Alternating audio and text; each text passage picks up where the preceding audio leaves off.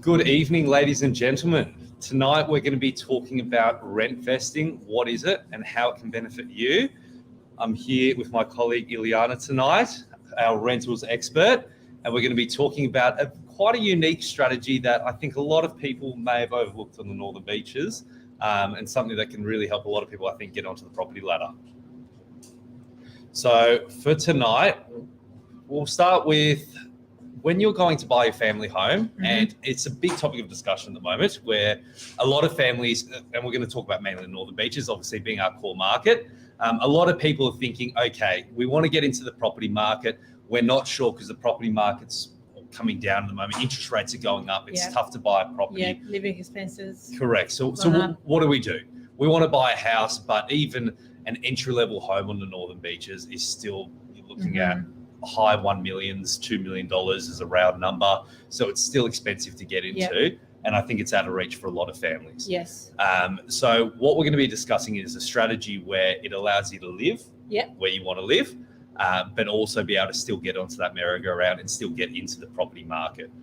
So we'll start with houses. If you're a family on the Northern Beaches, Ileana, how much would you pay for a lovely, let's say, 2-story brick, 4-bedroom house? How much would you pay in rent? In rent, probably looking about $1,500 a week. $1,500. Yeah. And what sort of property is that? Is that renovated near the beach? Renovated near the beach. You're looking at about close to $2,000. A little bit further from the beach, nicely renovated house, 4-bedroom, 2 bathrooms. Yeah. Probably about that $1,500. $1,500. Yeah, solid, good home. So to give you an idea, a house that, let's say, rents for $1,500 a week, these renovated homes that Ileana was talking about, in today's market would probably sell for about $2.5 million. Yep. Your entry-level homes are around $2 million, and they're more unrenovated, and your renovated homes are still around that sort of mid-twos.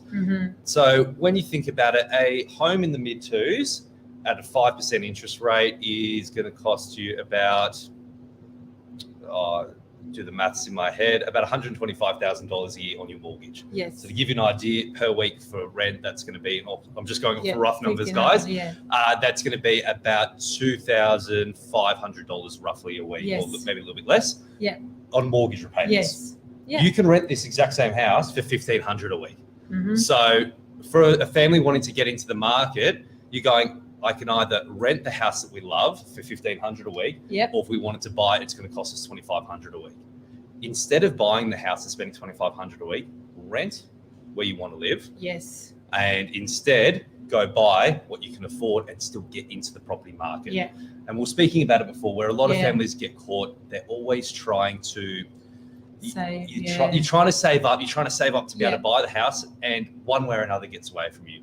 Like the last couple of years, the property market flies up, gets way too expensive, and it goes quicker than you can save. Yeah. Or on top of that, or at the moment, interest rates are going up. Interest rates are going up, so we can't afford People can't afford to borrow. Yeah. And so I think it's just a brilliant strategy where you go rent where you want to live, and then you go buy what you can afford. So, for example, instead, go buy a 1-bedroom unit for $600,000. Rents for, let's say, roughly $500 a week, $450 a week. Pays most of itself off, but at least you're on the property merry-go-round. Yes. And it's a really interesting concept because it allows families to build up a portfolio, buy properties. They're going up in value, but as still living where you want to live as well. And then down the track, you've got more equity over the next 10 years, 5 years, sell the properties off, go buy exactly what you want to buy as well. Exactly. So it's an interesting strategy. And also with the rental market at the moment as well, are you having issues renting any of these properties? None whatsoever. We were saying we had a house in Beacon Hill on the weekend, about 20 groups, and had applications this morning. With apartments as well, we're seeing people trying to offer 6 months rent up front to try and get in. Big numbers coming through, and pretty much everything's leasing. If it's priced right after the first open. So it's moving quickly. So it's great because I guess for a lot of people as well, you're thinking, well, it's a risk. What happens if the tenant moves out? It's vacant for a while, or it doesn't happen. All the risk. The great thing is, especially if you're buying Northern Beaches real estate, it's you're not going to have a big vacancy rate, which is great. And on top of that, the lovely thing is rents are now starting to move up across the board as well. And it's interesting to see because rents have not really moved at all the past 10 years. Yeah, well, we were saying upstairs just before. We're looking before, and Ileana was showing me that the past 10 years, rents have moved up in total about 20% over the past 10 years. So like a $450 one bedder that was rented for $450 a week now might rent for $550 a week. And that's been a slow move over the past 10 years. Yes. Where really the past 3 months, 6 months, we've seen similar growth in what took years beforehand. That's correct. And there's been a range of factors for that as well. Obviously, interest rates going up, so investors are wanting to put up the costs. And on top of that, there is just that natural growth of rents that need to move as well, where they haven't moved in quite a while. Everything else is getting so expensive. Yeah. Keeps in line with everything else.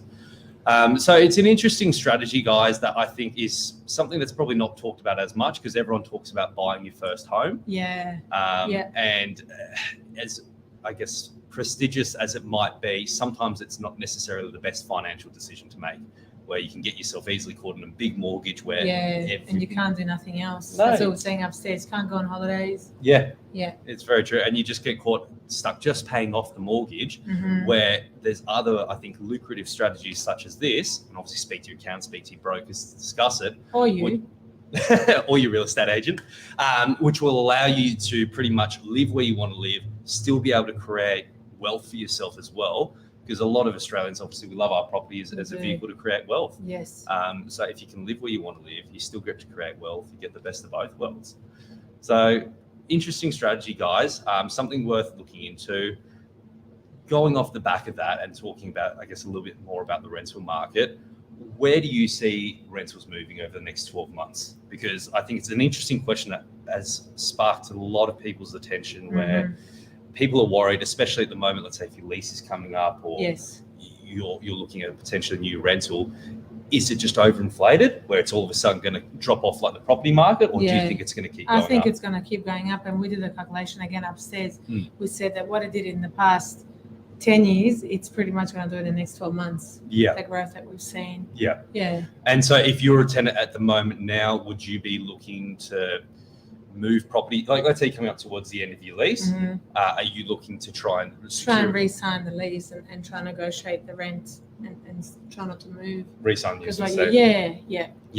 That's interesting because we are seeing really low vacancy rates, and as a bit of a metric, even as a company, the amount of properties we have for lease at the moment is extraordinarily lower than what it used to be, and that's always a good gauge for us to see how the rental market's moving when there's not many properties out for lease. That rental prices seem to start pushing up as well. So it's an interesting thing to see because it is a double-edged sword for a lot of people. It's hard because obviously the cost of living is just going up in every which way. But I guess instead of trying to fight the flow and just to be aware of it, to use it to your advantage, because as much as your rents are going up, the flip side is we've got to pay to live somehow. So it's either we rent or we pay a mortgage. Mortgages are going up much, much more. They're still going up quicker than what it costs to rent. Now the rents might go up, like we said, 10, 20%. Interest rates have literally doubled a lot of people's repayments at the moment on their mortgages. So it's gone up 100%.